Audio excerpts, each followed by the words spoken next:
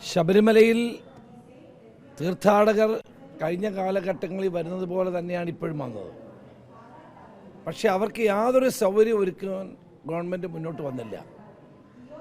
മുഖ്യമന്ത്രി നേരത്തെ ഒരു അവലോകന യോഗം കൂടി എന്നുള്ളതല്ലാതെ ഈ ശബരിമലയിൽ വന്നു ചേരുന്ന തീർത്ഥാടകർക്ക് സൗകര്യമൊരുക്കാൻ ഉള്ള നടപടികൾ വേഗതയിൽ പൂർത്തിയാക്കാൻ കഴിഞ്ഞില്ല. വിവിധ ഡിപ്പാർട്ട്മെൻറ്റുകൾ തമ്മിലുള്ള കോർഡിനേഷൻ ഇല്ലാതെ വന്നു. മാത്രമല്ല, പരിചയസമ്പന്നരായ പോലീസ് ഉദ്യോഗസ്ഥന്മാരെ നിയോഗിച്ചില്ല. ആവശ്യത്തിനുള്ള പോലീസില്ലായിരുന്നു. നവകേരള സദസ്സിന് പോയതുകൊണ്ട് ആവശ്യത്തിനുള്ള പോലീസുകാരില്ലായിരുന്നു. അങ്ങനെ വിവിധ ഡിപ്പാർട്ട്മെൻറ്റുകൾ തമ്മിലുള്ള കോർഡിനേഷൻ ഇല്ലാത്തത് കൊണ്ടും മുന്നൊരുക്കങ്ങൾ നേരത്തെ നടത്താത്തത് കൊണ്ടുമാണ് ഇത്തവണ ശബരിമല തീർത്ഥാടനം താളം തെറ്റിയത്. ഇനിയും വരാൻ പോകുന്ന മണ്ഡല പൂജയും അതോടൊപ്പം തന്നെ മകരവിളക്കുമാണ്. കൂടുതൽ ശ്രദ്ധ വേണ്ട സന്ദർഭമാണ്. മണ്ഡലവിളക്കിനും മകരവിളക്കിനും ഏറ്റവും കൂടുതൽ തീർത്ഥാടകരെത്തുന്ന സമയമാണ്. അതുകൊണ്ട് ഗവൺമെൻറ് ഉപേക്ഷ വെടിഞ്ഞ് ഈ കാര്യത്തിൽ ജാഗ്രത പാലിക്കുകയും മുന്നൊരുക്കങ്ങൾ ശക്തമാക്കുകയുമാണ് ചെയ്യേണ്ടത്. ഞങ്ങൾ ഈ സന്ദർഭത്തിൽ ഒരിക്കലും ഇതിനെ രാഷ്ട്രീയ താല്പര്യം വെച്ചുകൊണ്ട് പറയുന്നതല്ല. ലക്ഷക്കണക്കിന് ആളുകളാണ് വരുന്നത്. തമിഴ്നാട് ചീഫ് സെക്രട്ടറിക്ക് കേരള ചീഫ് സെക്രട്ടറിയായിട്ട് സംസാരിക്കേണ്ടി വന്നു. ഇതെല്ലാം ചൂണ്ടിക്കാണിക്കുന്നത് എന്താണ്? വേണ്ടത്ര ജാഗ്രതയോടുകൂടി മുന്നൊരുക്കങ്ങൾ നടത്താൻ ഗവൺമെൻറ് കഴിഞ്ഞിട്ടില്ല എന്നുള്ളതല്ലേ. അതുകൊണ്ട് ദുരഭിമാനം വെടിഞ്ഞ് മുഖ്യമന്ത്രിയും മന്ത്രിമാരും അടിയന്തരമായി ശബരിമല കാര്യത്തിൽ നടപടികൾ സ്വീകരിച്ചുകൊണ്ട് മുന്നോട്ട് പോകണം എന്നാണ് ഞങ്ങളുടെ അഭിപ്രായം.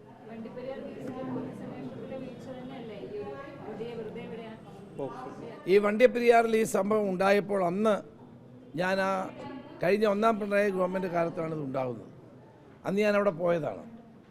അന്നും ഈ മാതാപിതാക്കൾ പറഞ്ഞിരുന്നു, പോസ്റ്റ്മോർട്ടം പോലും ചെയ്യാതെ കുട്ടിയെ അടക്കണമെന്ന് നിർബന്ധം പിടിച്ച നേതാക്കന്മാരുടെ ഉണ്ടായിരുന്നു. പാർട്ടിയുടെ ഇടപെടൽ ഈ കാര്യത്തിൽ വളരെ ശക്തമാണ്. ബാഹ്യ ഇടപെടൽ കൊണ്ടാണ് പോലീസ് കാര്യക്ഷമമായി അന്വേഷണം നടത്താതെ വന്നത്.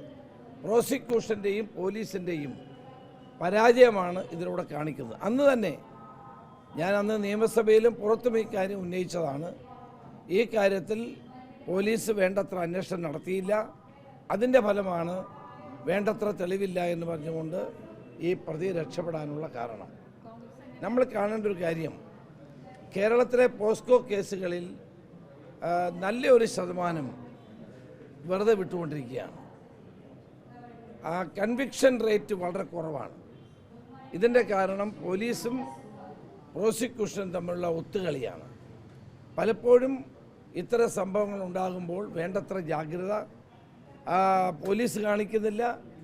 അതോടെ പ്രോസിക്യൂഷൻ കേസ് കൈകാര്യം ചെയ്യുന്നതിൽ ഫലപ്രദമായി പ്രവർത്തിക്കുന്നില്ല. ഇതിൻ്റെ ഫലമായി പോസ്കോ കേസുകളിൽ നല്ലൊരു ശതമാനം കൺവിക്ഷൻ ഇല്ലാതെ പോകുന്നു എന്നുള്ളത് വളരെ ഗൗരവത്തിൽ നമ്മൾ കാണേണ്ട ഒരു കാര്യമാണ്.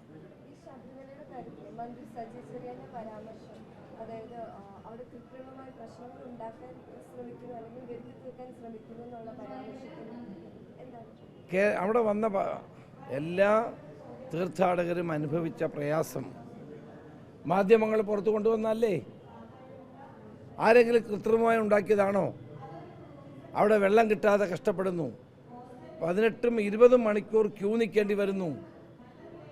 ശുചിമുറികളില്ലാത്തതിൻ്റെ പ്രയാസങ്ങൾ, വിരിവെക്കാനുള്ള പ്രയാസങ്ങൾ, ഇന്ത്യയുടെ വിവിധ ഭാഗങ്ങളിൽ നിന്ന് വരുന്ന അയ്യപ്പ ഭക്തന്മാർ അനുഭവിച്ച ബുദ്ധിമുട്ടുകൾ, ഇതെല്ലാം ആര് കൃത്രിമമായിട്ടുണ്ടാക്കുന്നതാണ്?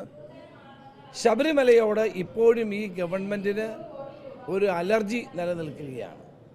അവർ ശബരിമല തീർത്ഥാടനം അവതാളത്തിലാക്കാൻ വേണ്ടിയിട്ട് മനഃപൂർവ്വം ശ്രമിച്ചു എന്ന് ഞാൻ പറയുന്നില്ല. പക്ഷേ ഇവിടെ തീർത്ഥാടനം താളം തെറ്റി എന്നുള്ളതൊരു വസ്തുതയാണ്. ഞങ്ങൾ ആവശ്യപ്പെട്ടാണ് ദേവസ്വം മന്ത്രി ഈ സദസ്സിൽ നിന്ന് ഇറങ്ങി അവിടെ പോകണമെന്ന്. അദ്ദേഹത്തിന് ചെയ്യേണ്ടി വന്നില്ലേ? മുഖ്യമന്ത്രിക്ക് വീണ്ടും യോഗം വിളിക്കേണ്ടി വന്നില്ലേ?